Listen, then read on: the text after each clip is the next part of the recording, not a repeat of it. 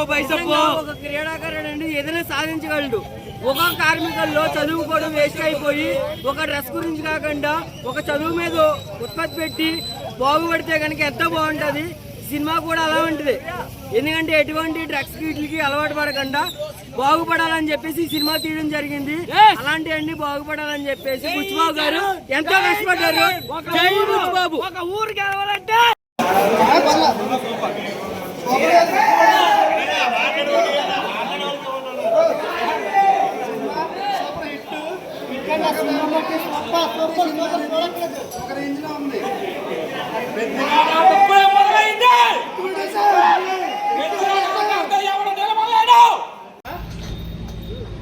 మీరు ఇక్కడ అన్నా గోడ చూసుకుంటావు, గోడ చూసుకున్నా తాళంటావు.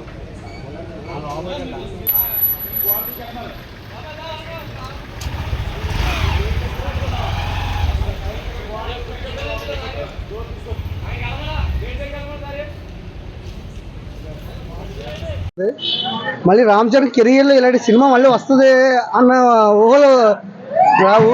రామ్ చరణ్ మాత్రం చాలా యాక్ట్ చేశాడు. Super Buchibabu, super.